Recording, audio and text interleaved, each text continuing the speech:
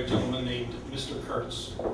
I don't know him at all, and I swear he doesn't know me. But a long time ago, when I was 25 years old, I was out with a friend. It was his 25th birthday.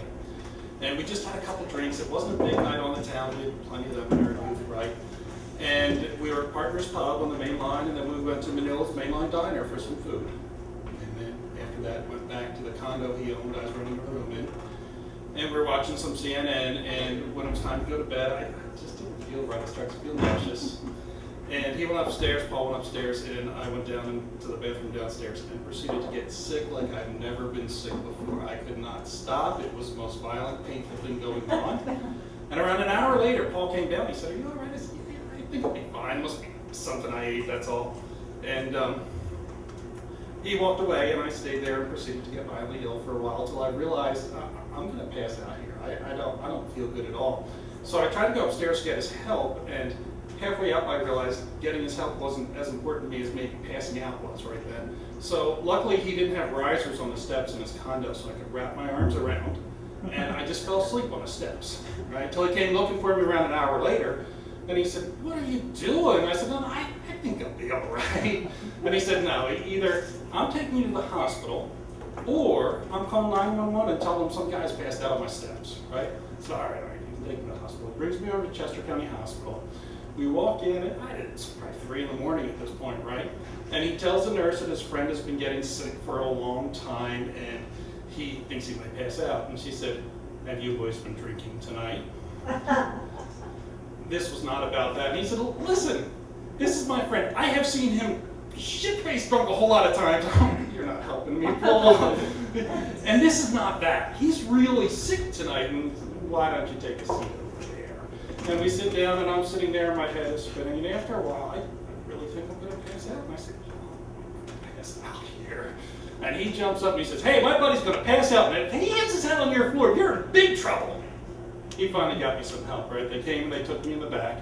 And I know my friend Paul's afraid of needles and afraid of anything medical, and he doesn't go back with me.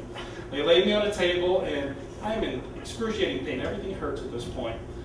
And I tell this to the doctor, and he said, "Yeah, but if I give you something, you're probably just going to throw up." I said, "You gotta do something." So he tries to give me a shot of Demerol, and 5 minutes later, I was throwing it up all over the table, right? And he's taking blood, or someone's taking blood out of this arm. They're trying to do a blood oxygen out of this wrist over here to figure out what's going on with me. And Paul decides this might be a good time to come visit me and see how I'm doing, right? He pulls back the curtain and sees needles in each arm and me thrown up off the side of the bed, and decides he doesn't need to be there anymore. He's done all he can to help me. And he tells me he's going to call my fiance, and he leaves. They bring me up to a room, and here's where I meet the nice gentleman, Mr. Kurtz.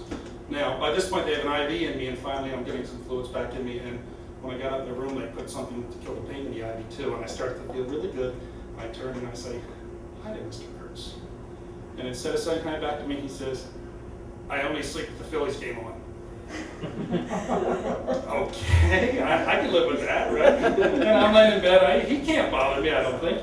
And I'm laying there for, I don't know, a couple minutes, and all of a sudden I realize he can bother me, because the thing he does, all at once, he expectorates so horribly and so long.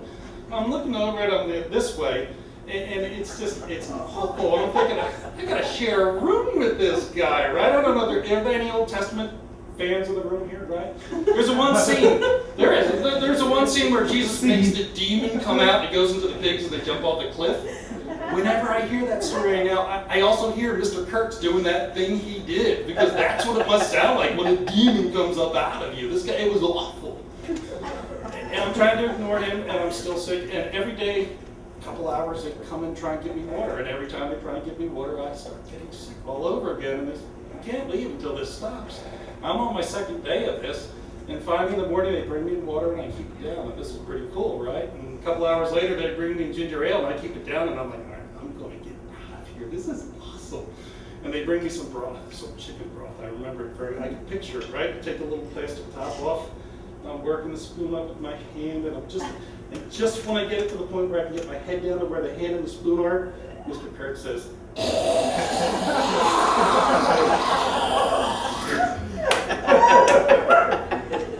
I didn't get out of the hospital for another 6 hours or so because I could not take my broth. Thank you very much.